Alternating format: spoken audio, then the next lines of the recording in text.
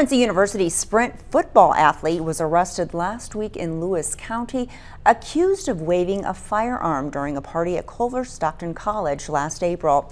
20-year-old Trevon Hegler Wright is accused of showing that automatic weapon in a threatening manner. An investigation later revealed it happened after an altercation between QU and Culver students. He was charged with unlawful use of a weapon. He also posted a $5,000 bond and is now scheduled to next appear in court November 18th.